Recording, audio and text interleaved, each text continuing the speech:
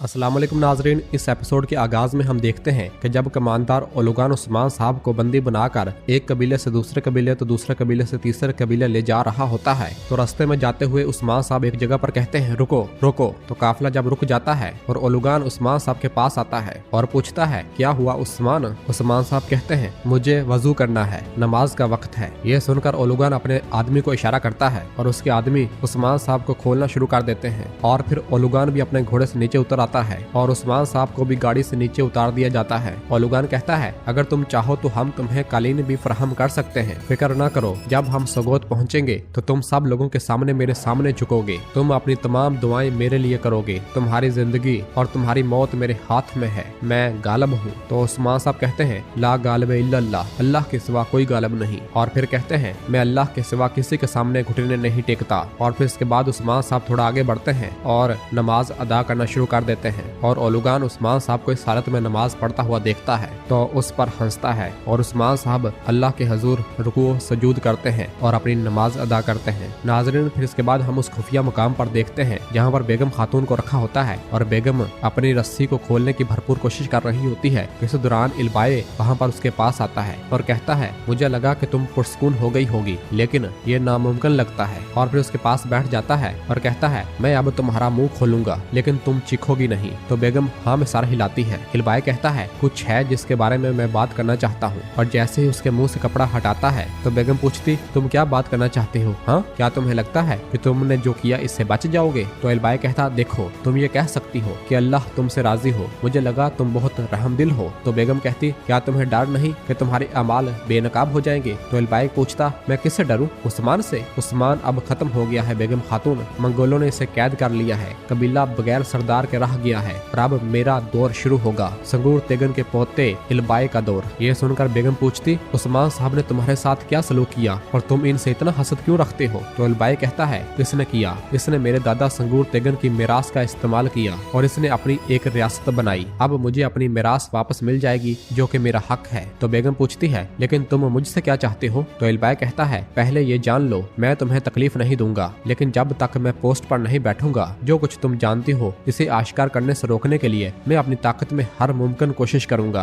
तुम यही इंतजार करोगी। तो बेगम पूछती फिर आगे क्या होगा? तो इल्बाए कहता है तुम मेरे साथ होगी, बल्कि हमेशा के लिए हम शादी करेंगे, क्या ये मुमकिन है? तो बेगम कहती है सिर्फ इसलिए कि तुम पोस्ट पर बैठ जाओगे तुम्हें लगता है कि मैं हाँ कह दूंगी? हाँ। तो इल्बाए कहता तुम कहोगी बेगम खातून, तुम कहोगी, तुम्हारी हसीन आंखों में चमकता हुआ लालच और इक़्तिदार से मोहब्बत तुम्हें ये कबूल करने पर मजबूर करेगी। अब जिद मत करो, तुम्हें भूख लगी होगी। इस पर बेगम खामोश रहती है और इल्बाए उसके लिए खाना उठाने के लिए उठता है। तो बेगम अपने हाथ की रस्सी को खोल लेती है और फिर अपने पाँव की रस्सियों को भी खोलने लग जाती है और बहुत ही जल्द अपने पाँव की रस्सियों को भी निकाल देती है और एकदम इल्बाए पर हमलावर हो जाती है। और जैसे ही वहाँ से भागने लगती है तो इल्बाए उसे पकड़ लेता है और उसके तमाम वार नाकाम बना देता है। बेगम कहती है मुझे कोई नहीं पकड़ सकता। तो इल्बाए एक बार फिर उसके बाजुओं को मरोड़ कर उसके पीछे बांध देता है और उससे कहता है गुस्से से तुम्हारी आंखें लाल होने के बावजूद भी तुम एक ज़हीन औरत हो, काफी हिम्मत है। और फिर उसे वहाँ पर बिठा देता है और रस्सियों के साथ उसे बांधना शुरू कर देता है और इस तरह उसके हाथ और पाँव एक बार फिर बांध देता है और उससे कहता है तुम और मैं सिर्फ सरहदों पर हुकूमत नहीं करेंगे बल्कि सारे जहान पर बेगम खातून।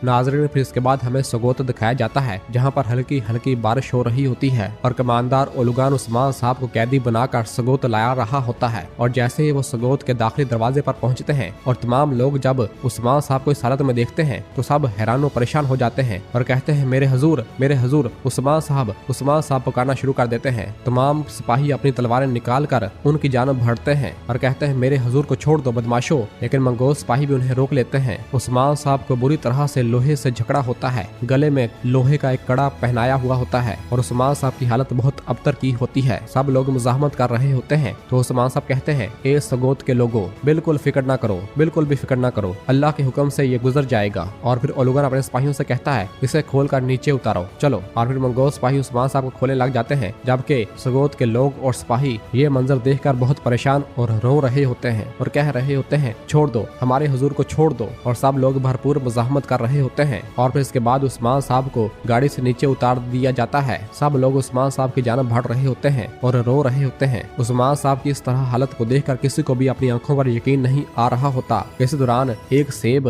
जमीन पर गिरता हुआ उस्मान साहब के कदमों तले आ जाता है, जो कि एक बच्चे का होता है, और वो बच्चा उस्मान साहब के पास आकर उस सेब को उठा लेता है। तो उस्मान साहब उस बच्चे से प्यार करते हैं। मंगोल सिपाही जैसे ही उस्मान साहब को उठाने लगता है तो ओलुगान उससे कहता छोड़ दो, तो वो मंगोल सिपाही पीछे हट जाता है। उस्मान साहब उससे देखकर कहते एक काफिर कुत्ते, और वो बच्चा उस्मान साहब के कान में कहता है उन्होंने आपके साथ क्या किया हजूर। उस्मान साहब उससे प्यार करते हैं और कहते हैं मेरे बच्चे तुम ठीक हो। तो वो बच्चा कहता मैं ठीक हूँ। और फिर उस्मान साहब कहते हैं हम ठीक हो जाएंगे, हम जल्द ही ठीक हो जाएंगे, चलो अपनी माँ के पास जाओ, रुको मुझे तुम्हें चूमने दो। और उस्मान साहब उसके चेहरे का बोसा लेते हैं और फिर वो बच्चा वहाँ से चला जाता है। और मंगोल नौकर उस्मान साहब को गर्दन के लोहे के कड़े से पकड़कर उठाता है। उस्मान साहब उसे देखते हुए कहते हैं ए शैतान कुत्ते, अपना हाथ दूर रखो। और फिर ओलुगान उस्मान साहब के पास आता है और उससे कहता है इस बच्चे की हिम्मत जो वो तुम्हारी आंखों से हासिल कर रहा है, मैं कसम खाता हूँ कि इसमें से एक औंस भी बाकी नहीं रहेगी, इस बच्चे की नजरों से भी गायब हो जाओगे। तो जवाबन उस्मान साहब कहते हैं इन बच्चों के दिलों में लामुतनाही ईमान है, यही ईमान तुम जैसे लोगों को तबाह कर देगा। तो ओलुगान कहता है अब जरा इस शहर की सड़कों पर लोगों को देखो, फिर देखते हैं कि यह ईमान इनके दिलों में बाकी रहेगा या नहीं, चलो इसे ले जाओ। और फिर मंगोल सिपाही उस्मान साहब को लेकर आगे बढ़ते हैं तो सगोत के सब लोग और सिपाही मजाहमत करते हैं और कहते हैं हमारे हजूर को छोड़ दो हमारे हजूर को। उस्मान साहब अपने लोगों से मुखातब होकर कहते हैं फिक्र ना करो, बिल्कुल भी फिक्र ना करो लोगों, हम हार नहीं मानेंगे, हम तबाह नहीं होंगे। इस दौरान एक बुजुर्ग उस्मान साहब के सामने आते हुए कहता है हजूर ये आपको कहाँ ले जा रहे हैं, कहाँ ले जा रहे हैं हजूर। उस्मान साहब उस बुजुर्ग से कहते बिल्कुल भी फिक्र ना करो, यकीन रखो, इंशाल्लाह सब कुछ ठीक हो जाएगा। मंगोल सिपाही जब सगोत के लोगों को पीछे हटाने के लिए उन पर तशद्दुद करते हैं तो उस्मान साहब कहते हैं मासूम लोगों पर जुल्म ना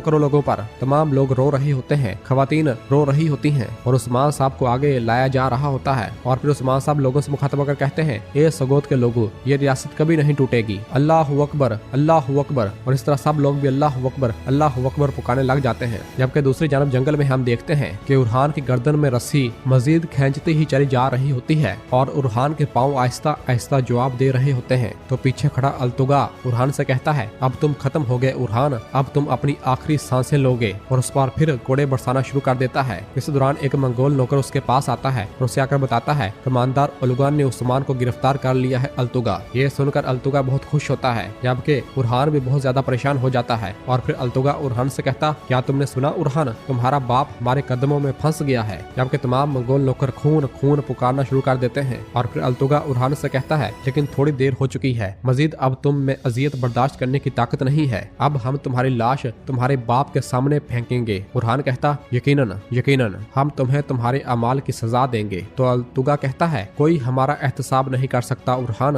तुम अब मरोगे। और फिर उरहान के नीचे से टांग मारकर लकड़ी निकाल देता है और उरहान फांसी घाट पर लटक जाता है और अपनी आखिरी सांसें लेना शुरू कर देता है। इस दौरान अलाउद्दीन बुरान वहां पहुंच जाते हैं और अलाउद्दीन अपने तीर के जरिए उरहान के गले की रस्सी काट डालता है और उरहान बाल बाल बच जाता है और जमीन पर जा गिरता है। अलाउद्दीन कहता मैं पहुंच गया भाई। और इस तरह अलाउद्दीन बुरान और बाकी सब काई सिपाही अपने तीरों की बरसात मंगोलों पर करना शुरू कर देते हैं और उन्हें जहन्नम वासिल करना शुरू कर देते हैं। एक तीर अल्तुगा के बहुत करीब से गुजरता है और वो बच जाता है। और फिर बुरान कहता है सिपाहियों हमला। और इस तरह तमाम काई सिपाही बाहर निकल आते हैं और मंगोलों पर टूट पड़ते हैं और उनसे लड़ना शुरू कर देते हैं। उरहान जमीन पर गिरा होता है और खांस रहा होता है। सरोजा बहादुरी के साथ मंगोलों से लड़ रहा होता है और सबको एक एक करके जहन्नम वासिल कर रहा होता है। और फिर अलाउद्दीन भागता हुआ उरहान के पास आता है और उसे पकड़कर उठाता है और कहता है उन्होंने आपके साथ क्या किया भाई, उन्होंने आपके साथ क्या किया। तो उरहान कहता है जब तक मेरे पास तुम जैसा भाई है मैं कभी उदास नहीं होऊंगा। और फिर अलाउद्दीन अपना खंजर निकालता है और उससे उरहान की रस्सियों को काटना शुरू कर देता है।